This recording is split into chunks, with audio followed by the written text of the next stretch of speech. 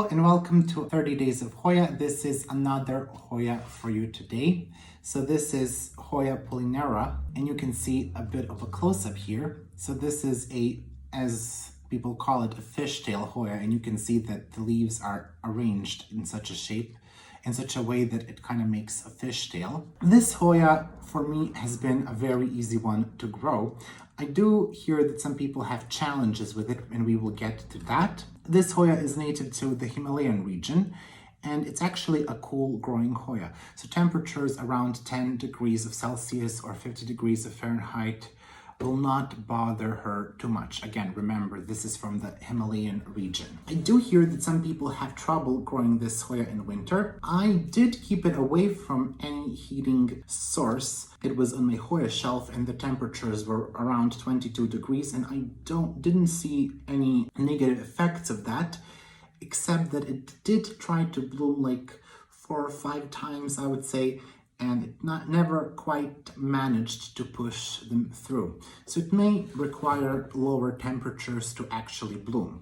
In terms of growth, I received this in September last year as a 2-note cutting. So all of this is the new growth since I rooted it back then. So I would say this is a steady grower. There are periods when it will grow a bit faster and then when it will grow a bit slower, but I would say this is quite a reliable grower. In terms of light, I did notice if you give hoyapolyneura more light, the leaves will get a bit pale green.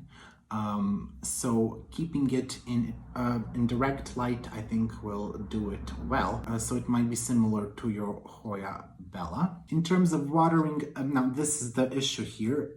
If you underwater it, it will not like it. If you overwater it, it will not like it. So this one is particularly sensitive to that. I would say I water it, I used to water it once a week, but now it's in a bigger container because I recently repotted my Hoyas. Now I wait about 10 days and I check to see if the mix is dry enough so I can actually water my Hoyas. The mix, as you can see, it does consist of bark and perlite, lots and lots and lots of bark and perlite, and then just a bit of cocoa peat.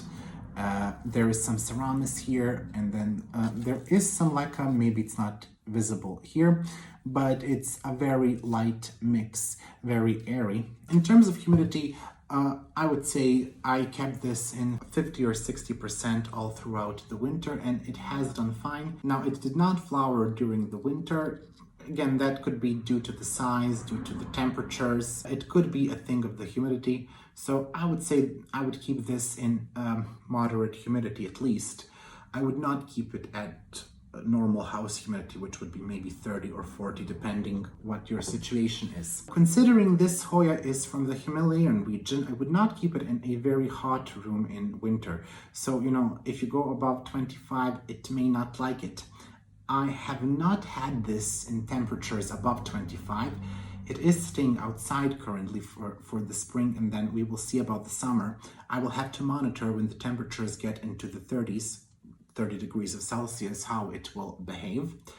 But I would keep it up to 25, maybe 28, but it really depends on the humidity, how frequent you are watering it, if it will be able to stand those conditions. I fertilize it every time I water with orchid fertilizer, very weak fertilizer that I have. In winter, I will double down on fertilizing, but it will still be with every watering, but it will just be less of a dosage, I would say. I'm not sure, this one perhaps is not the best Hoya to start your journey with. I did see that many people had issues because of watering. I hear that people are very successful growing this in semi-hydro. I have not tried that, but it seems that it does really, really well in semi-hydro. In Europe, I have never seen this in a flower store or a garden center. I'm not sure if you will be able to find it in North America, for example, but it's not that difficult to come by. Many growers will have it, so you might just have luck looking online and getting it somewhere near you. This was Hoyapolyneura, or the Fishtail Hoya.